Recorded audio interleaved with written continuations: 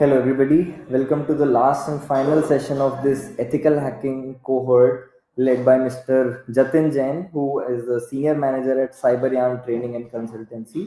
So, today he'll be teaching you and solving your queries around the career paths in cybersecurity. So, Jatin sir, the stage is all yours, and now I'll be backstage. If you need any help, you can just call me. Thank you. Yes, so good evening, guys.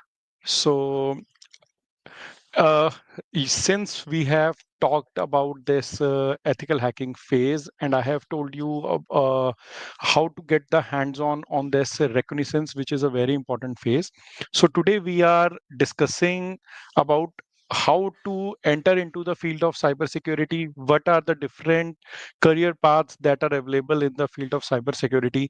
So, before moving ahead, if you guys have want to ask any question regarding how to start your career, what are the different career pathways, how to get yourself prepared, or if you want to prepare for any global certification, so of course you can leave your questions so that I will be taking and answering the same. Okay. So if I say like if we want to start our career in cyber security, so first of all we need to understand like why we should enter into this cyber security field. So if I say like this cyber security, so of course you all know like cyber security is to protect the system, the networks and the programs from the attacks. And then there are a lot of trends, I must say, these ransomware attack, the cloud security, the all everything is going on the cloud, and that cloud needs to be in secure. And different cyber threats are now emerging, and of course the trend of these cyber wars are also coming into the picture. So all due to this cyber security skills are now in high demand. So if I say, so already in this cybersecurity domains, not everyone is having the awareness on how to get started, how to enter into this field, because everybody is basically going towards this web development or the AIML or this data science and all this like, but not everybody is exploring what this cyber security domain is. And of course, if you are seeing the stats, so there are some 13% increase in the ransomware over this month. And if I say like this is the annual cost of cybercrime which is projected in the next 5 years, so it is 15 trillion. So all this makes like this cyber security is in high demand, since there is very shortage of skilled professionals, that the due to the job security, because these are our, as a cyber security professional, so these are the critical roles of an or in an organization. Then there are diverse career paths. I will explain some of the career pathways uh, in the next slide. But yes, then if I say like opportunities for continuous learning and growth, so these would be the main thing. Next, if I say the cybersecurity career pathways, so there are different roles through which you can opt. Like I must say, if you are not good at coding, so you can, there are some career options for that person also. So if I don't want to code, or if I'm not from a tech background, so I can also go to this ISO, the auditor, and something like this, like the auditing profile. Or maybe I would be go to this CHFI domain, the cyber like this forensic investigator I can become. Then if I want to become a penetration tester, I have a knowledge of the web, and I want to test the website, want to test the networks, I want to test this if I say mobile application, so I can do mobile apt, mobile vapt, I can do this web vapt.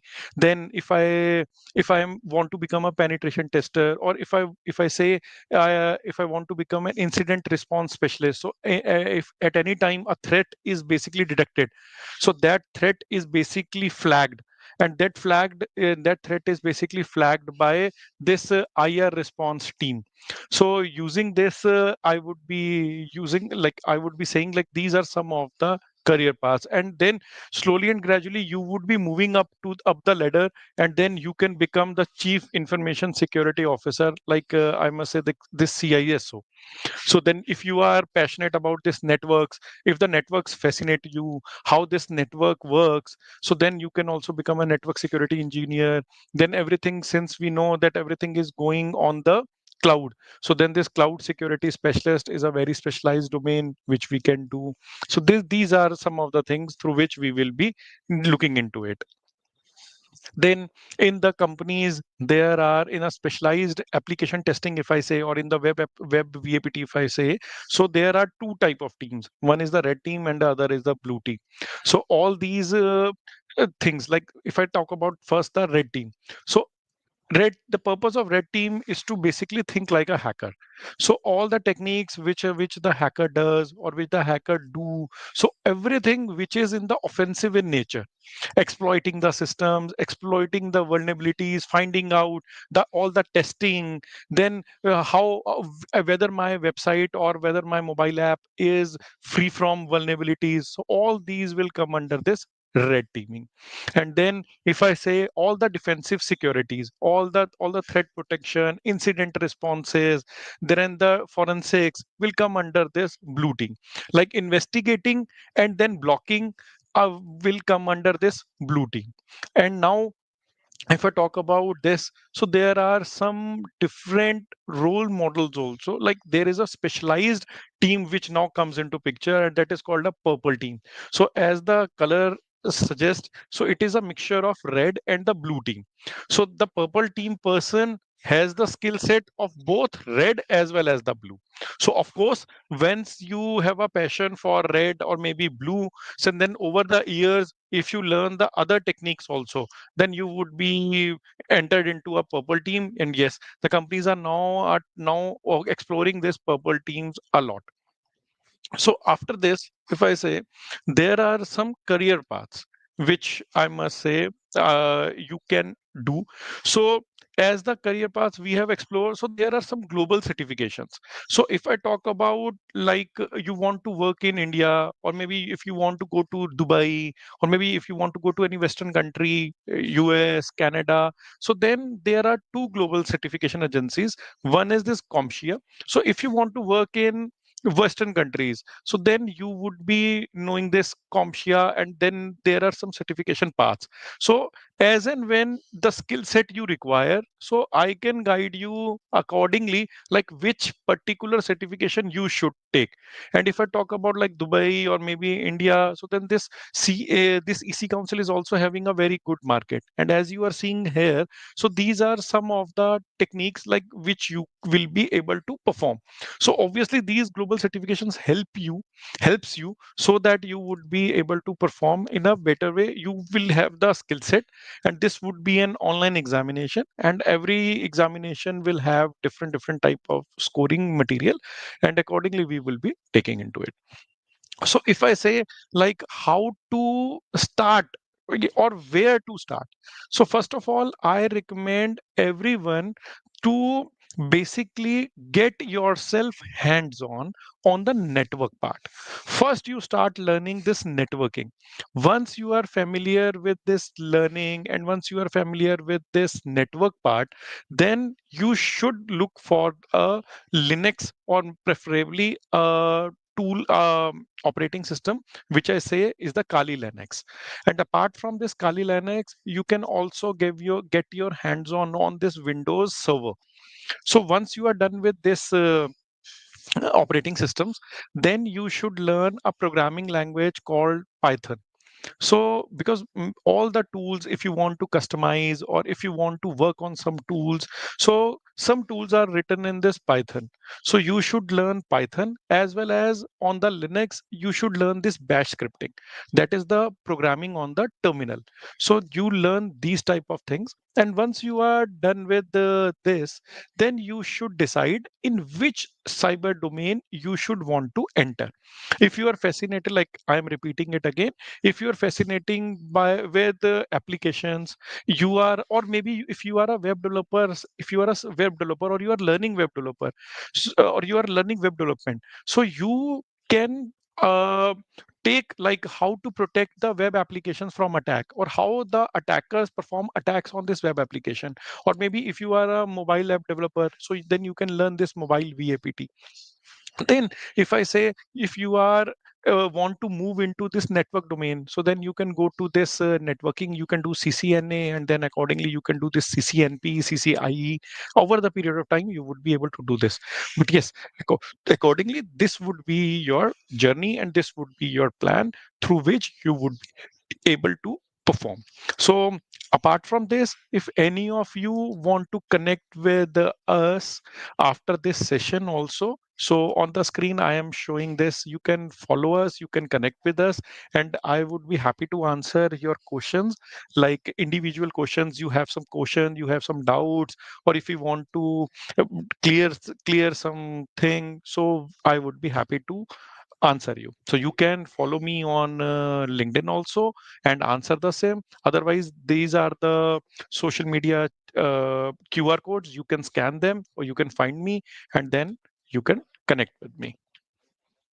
So any question from you guys till now? So if you want, so then I would be happy to answer them.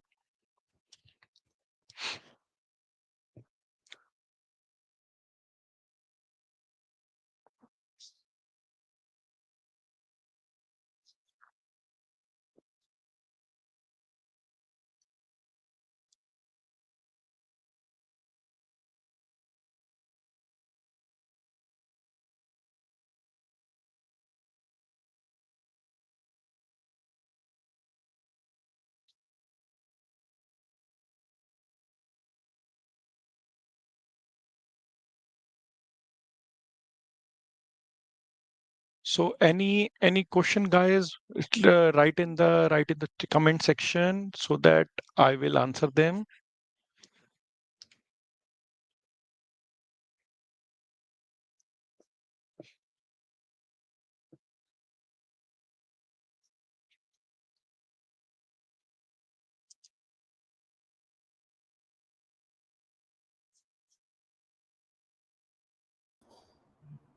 Uh, yes, sir. Let's wait for some questions to come in. Okay, so Ah, we have yes. one question. Okay. So what programming languages should someone learn for ethical hacking? So as I mentioned, like if you want to make your career in ethical hacking, so like I said, in the ethical hacking, there are multiple domains. So can you clarify, like in which branch you want to go? Like you want to test the web applications, or you want to test this mobile applications? So depending upon the programming language you should learn. Because if I talk about the web application, so you very well know, like the web applications are made in PHP, they are also made in this .NET, they're also coded in Java, then this React. And if I talk about the some people design get their website designed in WordPress also. So these are some of the platforms that you should learn. So if you want to explore this, and apart from this, of course, in ethical hacking, this Python, because many tools are basically built on this Python, and in the nearby journey, if you want to if you want to customize those tools, so then also you should be learning this Python. And some tools are written in Ruby and like this. So accordingly we have to learn. We do have another question, sir. If you could take this up also. Yes. So what inspired me to pursue a career in cybersecurity, like oblique ethical hacking? Okay, so very good question. So, first of all, I would tell honestly, like I am from web development and digital marketing background. So, before moving into this line, so I am finding this web development and digital marketing very easy because once you move up the ladder, na, so there are nothing much thing which you can do. So, of course, you can learn new language, but at the end, the main point would remain the same. So then I am looking for some line which I would be able to pursue and the complete and in that line I should be able to perform maybe 10 years, 20 years or till the time I want to work. So then while exploring I come across this cyber security. So once I start exploring the cyber security, so then it would so then I find out like in the cyber domain you have to work, you have to learn till you want to work because new things are coming. So I myself is a person who likes to explore new things. So accordingly then I basically entered into this domain, and that is my journey into this cybersecurity.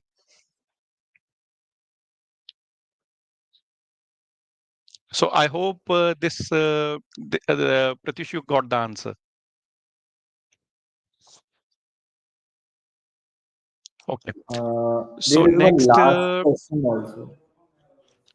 yes. So next we have Anand, and Anand is saying how do companies prepare for and respond to cyber attacks? Okay. So Anand, there are multiple things through which these companies basically work. So first of all, the companies have both the teams. Like first is the red team, as I explained, and the other is the blue team. Because the companies set up their environment in such a way, like if the attacks are coming, so then they have a team who will be defending them. So there is a specialized domain knowledge which we say that is called this SOC. So Security Operations Center is the full form of this. So the work of these Security Operations Center team is to basically diagnose, and apart from diagnosing, they would be like flagging, and then they would be taking the action. Take an example. Like for example, the attackers are basically creating a DOS attack. They want to do a DOS attack. Like DOS attack means denial of service attack. They want to shut down a website by sending so many requests. So then this SOC team will come into picture. There are firewalls, there are web application firewalls also, there are physical hardware software firewalls also. So I'm not getting deep down into it. We will discuss this maybe in some other session, but yes, now once they start getting the request, so then this SOC team will be deploying the mechanism through which they are able to diagnose like these are the illegal requests which are being generated. So then they would be killing the processes, and then this is how they would be saving. And this would be one, like the defending part. The other part is the attacking one. So like for example, I am an ethical hacker of a company. So then they, before launching a product or after launching a product, they asked, they told me to find out the vulnerabilities of this web application of, or maybe this the network. So then as an ethical hacker I would be deploying the tools, I would be using the tools, and I would be finding out the vulnerabilities, like what would be the entry points through which a attacker would be able to gain access, what are the attacks that can be performed on their website, or which ports we should need to protect, or which are the softwares, or maybe on some machine some outdated softwares are running. So this is how the companies will be responding to, preparing and responding using these both type of teams.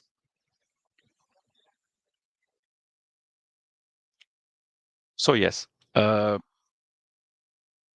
I don't think there are any more questions right now. So, sir, you can continue with the presentation. okay. So yes. So like if I say uh, the maximum thing whenever I go to seminars, the people would say like do this AI can replace the cyber security. or the cybersecurity professionals. So of course, I must say, like this AI won't be able to replace the cybersecurity professionals for some time, because as you know, like this AI would be basically dependent upon the models to which on which these models are basically trained. So of course, these data or these models can also be hacked by this attackers.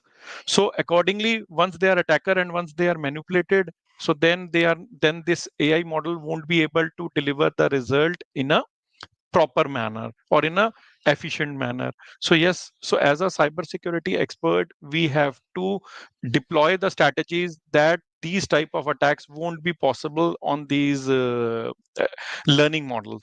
Apart from this, these sometimes the tools which are made by this AI, they generate this false positive, like the vulnerability is not there, but still they flag that vulnerability as false positive.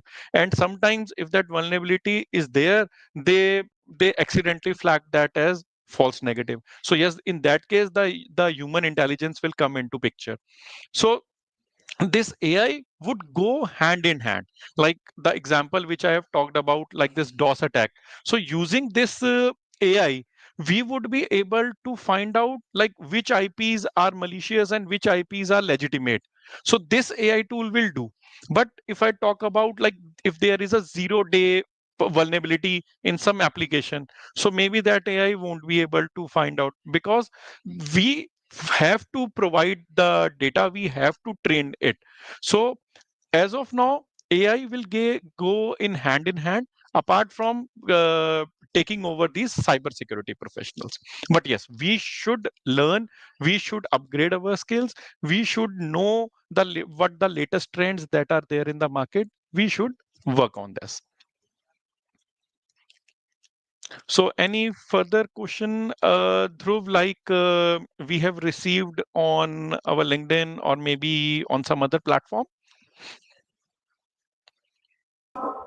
Uh, we do not have any more questions right now, but maybe they'll reach out to you on LinkedIn. You can just show your LinkedIn profile and share it to the Yes. audience present here, and they'll just reach out to you if they want to ask anything. Yes. So, yes, you can connect with me personally on the LinkedIn by searching my name, or you can connect with my company. So these are our channels and these are our QR codes. So you can scan and you can connect. And if you have any question, so you can answer, and then I will be happy to answer you.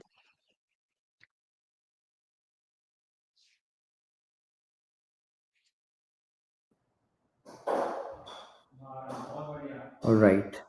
Is that all, sir, from your side? Uh, I have covered all the maximum things. Like when I cover when I speak in a seminar, so the students will be what the students ask to me or what their aspirations are. So I have covered all the things. So I recommend everyone, if they want to start their career in the cybersecurity. So this video will be live on the channel, so they can go through it, and then I would be, and then they would be getting the answer to their queries. And still, if they have, so we have talked like they can reach out to us. All right, sir. Then with this, we'll be closing this ethical hacking cohort. You can always watch these live sessions on Azure Developer Community's YouTube channel. And thank you all for joining. We'll close this session now. Thank you, Jatin sir, for being here for us and having this wonderful session for the people. Yes. Thank you, Dhruv and Rescale and Azure Developer Community for inviting me and sharing my insights. Thank you very much. Thank you, sir.